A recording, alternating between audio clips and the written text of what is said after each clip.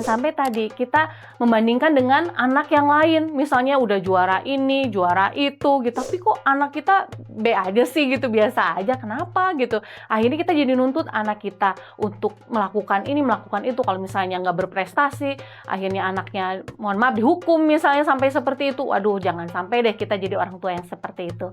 Ingat, anak itu adalah amanah dari Allah, titipan dari Allah yang harus kita jaga, dan Allah sudah memberikan masing-masing anak itu potensinya masing-masing, ya nggak gitu.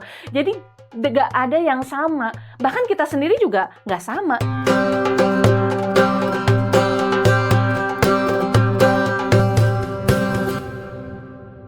Bismillahirrahmanirrahim. Assalamualaikum warahmatullahi wabarakatuh. Masya Allah, hari ini kita mau membahas tentang gimana kalau anak tidak sesuai dengan yang kita harapkan.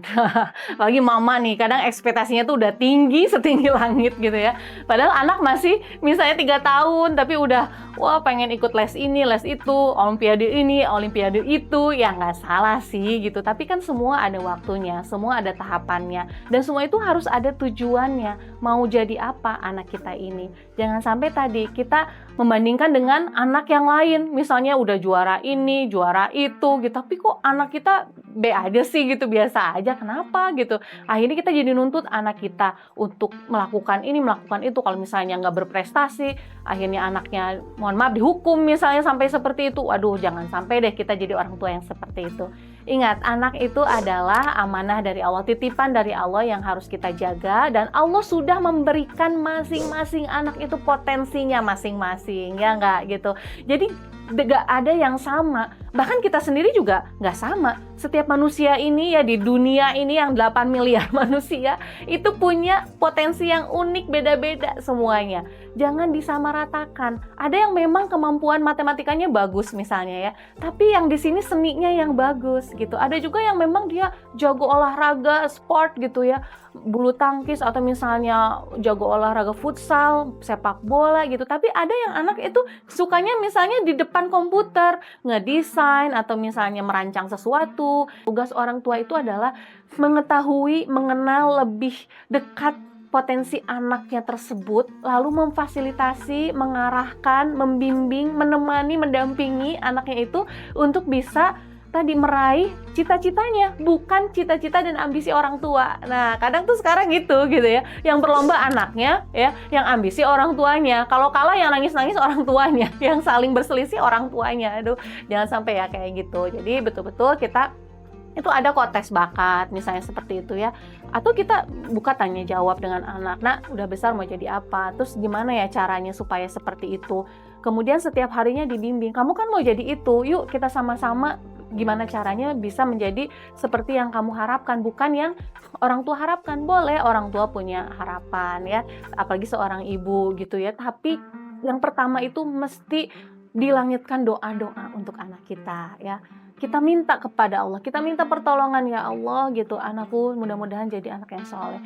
Karena yang utama itu sebetulnya ya, yang penting itu adalah anak menjadi anak yang solih dan solihah, yang mengenal Tuhannya, yaitu Allah Subhanahu wa Ta'ala.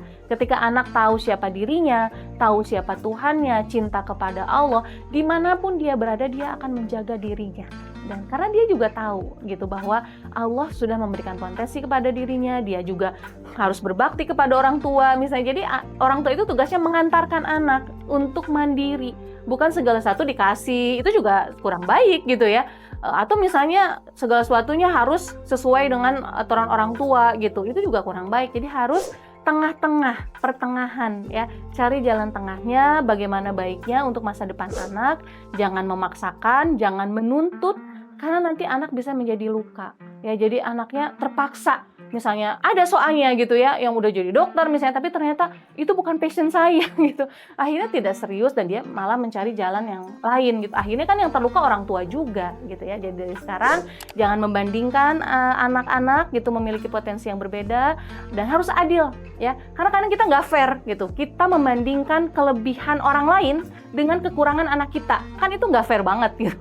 Jadi kalau mau ya kelebihan dengan kelebihan dong gitu ya. Dan setiap orang itu kan punya kekurangan dan kelebihannya masing-masing. masing-masing. Maka kenalilah potensi anakmu, galilah, kemudian banyak diskusi dengan anak, sama-sama menentukan tujuan kemana, ikhtiar, dan yang terbaik itu dari seorang ibu adalah doa yang tulus kepada Allah. Mudah-mudahan anak-anak kita bisa tahu potensinya, bisa mencapai cita-citanya yang diridhoi Allah Subhanahu wa Ta'ala.